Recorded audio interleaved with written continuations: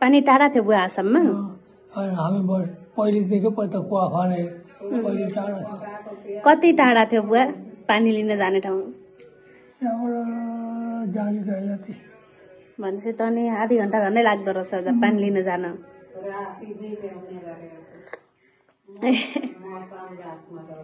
राम राम मसान घाट पनि कट्नु पर्थ्यो त्यो बिचमा?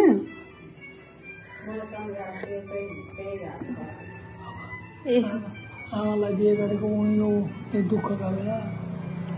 नेपाल आएर हो आमालाई बिहे गरेको त होइन? उही गरेको नि। ए आसाममै हो?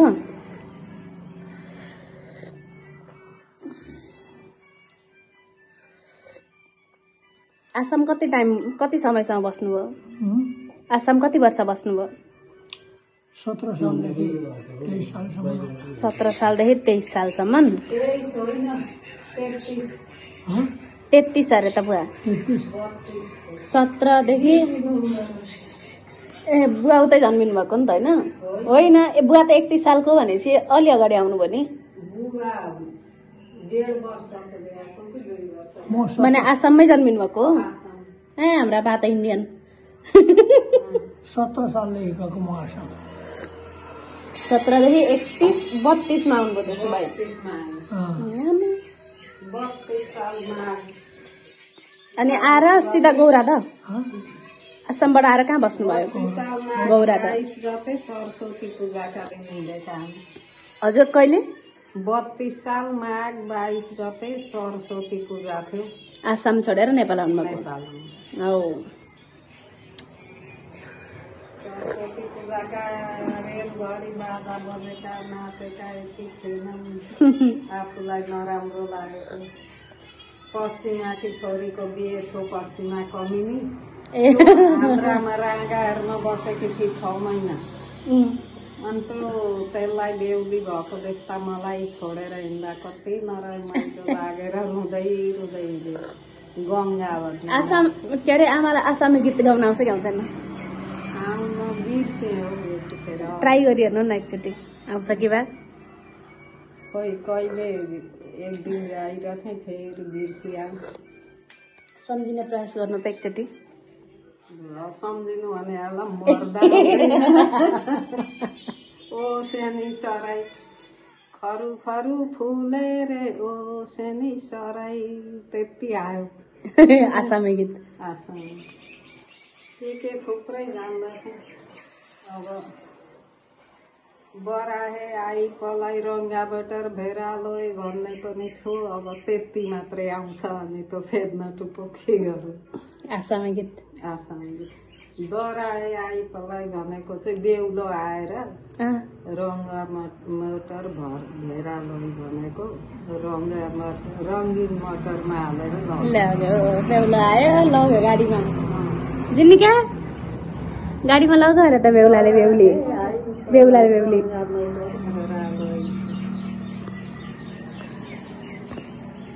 पत्थर से बाहु धान बुरे रंगा रंगा सरी आई एने सुर करे भन्दै नाच्थे। बाहु धान बुरे अहिले हाम्रो बाहु धान सबै रंगा रंगा सरी आई एने सुर करे। सबै सुर करे सुगाले। बुवा तपाईँलाई चाहिँ आसामी गीत आउँदैन? तपाईँलाई आउने गीत गाइदिनु न एउटा। बोल्नु बात मार्नु म गीतहरू जान्दिनँ। आसामी भाषा चाहिँ आउँछ? अझै आउँछ? ए अनि बुवा तपाईँले नि नेपालमा पहिलोचोटि हेरेको फिल्म कुन हो? नेपाली फिल्म? नेपाली फिल्म भनौँ न। माइतीघर। हिरोइनी को छ माइतीघरमा? जानिनँ। हिरो? आँखाले मात्रै देखेँ माइतीघर हो भन्न मैले जानिनँ। पहिले आमा दुईचोटि हेर्नुभयो माइतीघर? दुईचोटि हेर्नुभयो माइतीघर? यसो भयो पहिले हेरेको थियो कि 6 बजेदेखि अनि भरे आमाहरू आउनुभयो 9 बजे उताको हेर्न अनि आमालाई छाडेर जानु त भएन नि। अनि फेरि हेरेको। अनि कथा कस्तो लागेको थियो माइतीघरको? राम्रो थियो। माइतीघरको सबैभन्दा मन परेको चाहिँ के थियो? एउटी सर्किने ले मारी अनि महेन्द्र खडक खडक खडक खडक खडक आएर जन्माला 15 वर्ष जेल भने सक्यो फिल्मै सिद्धियो माइती घर माइती घर पर्नु खैरेले बिमा लाउँछ खैरेनी हो बुवा खैरेनीहरूले लाउँछन् यस्तो सेतो बेमा हाम्रो त्यस्तै सेतो फेटा कुद्थ्यो कहिले बिहेमा नि कसको तपाईँको बेमा अघि अचेल टोपी लगाउने चलन थिएन नि तर अनि टोपी लगाउने चलन थिएन फेटा कुद्ने चलन फेटा कुद्ने चलन थियो सेतो सेतो टाउकोमा सेतो त किन भन्दा क्रिया सार्न लिन गएको हो नि लाउँथ्यो नि त नि हुँदैन क्रिया सार्न लिन गएको अनि टोपी लाउँदैन थियो फेटा बान्थे सेतो फेटा बुवा आसामको कथा सुनाउनु न मैले पनि ट्रेनमा जाँदाको मैले पनि सेतै फेटा बाँधेको ट्रेनमा जाँदा तपाईँको हल्का सानो लप परेको थियो अरे नि ट्रेनमा तपाईँको सानो लप परेको थियो अरे नि कोसँग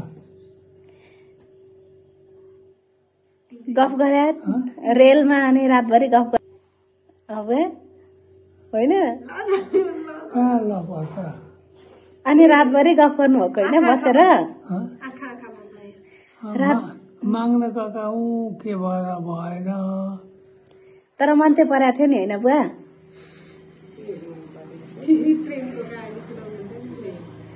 अहिले त होइन भनिदिनु हो के अरे ट्रेनको कहानी नि होइन भनिदिनु रेलमा कोसँग होइन भनिदिनु हो बुवा त हामीलाई आउनु भएको भने गफ गर्दै आउनु भएको भने होइन हो लप चाहिँ होइन अनि किन राखे राति रातभरि नि गफ गरे होइन बुवा बसेर एउटै गाडीमा ट्रेनमा कि गाडीमा ट्रेनमा हो अब त्यस्तो गफै गरेकोलाई लभ भन्ने भने त हामीले कसैलाई लभ गर्यौँ माग्न गएका थियौँ कि अनि अब छोरीले के भन्छ भने त्यही दिन फेरि हामी छोरीले के भन्छ भनेर हामी सोध्न गयौँ न अनि हजुरबाले अघि नै गर्नु भने गर्नुहोस् न पाहाडबाट छोरी ल्याएर म दिन्छु भनेर पाहाड जानुभएको थियो भने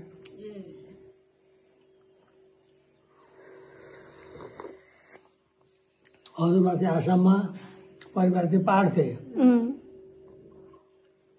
अनि अघि नै गरे गर्नुहोस् नगरे छोरी ल्याएर चाहिँ म दिन्छु है भनेर गएका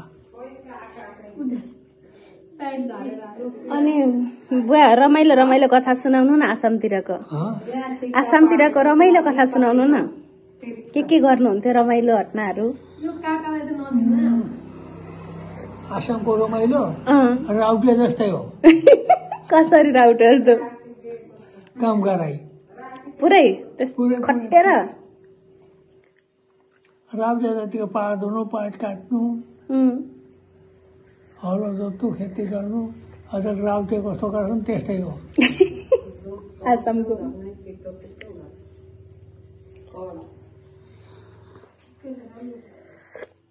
अनि चाहिँ हाम्रो बेहुली लजाएर फेरि त्यति गरेर अलिअलि भात खाने बेला भएको राउटेको जस्तै नगाए हुने थिएन हामी सँगै गएका निक्लिन सकेका छैनन् उही छन् अझै आसाममै ए सँगै गएका निक्लिनै सकेन किन कमाइ नभए के निक्लिन्छ धन्न निस्केर नेपाल आउनु भयो को भने मुक्तिनाथ भन्दै नि केदार देखाएको थियो केदारको भाइ खगेको भाइ देख्न त देखेन त्यो आसाममै छ निक्लिनै सकेन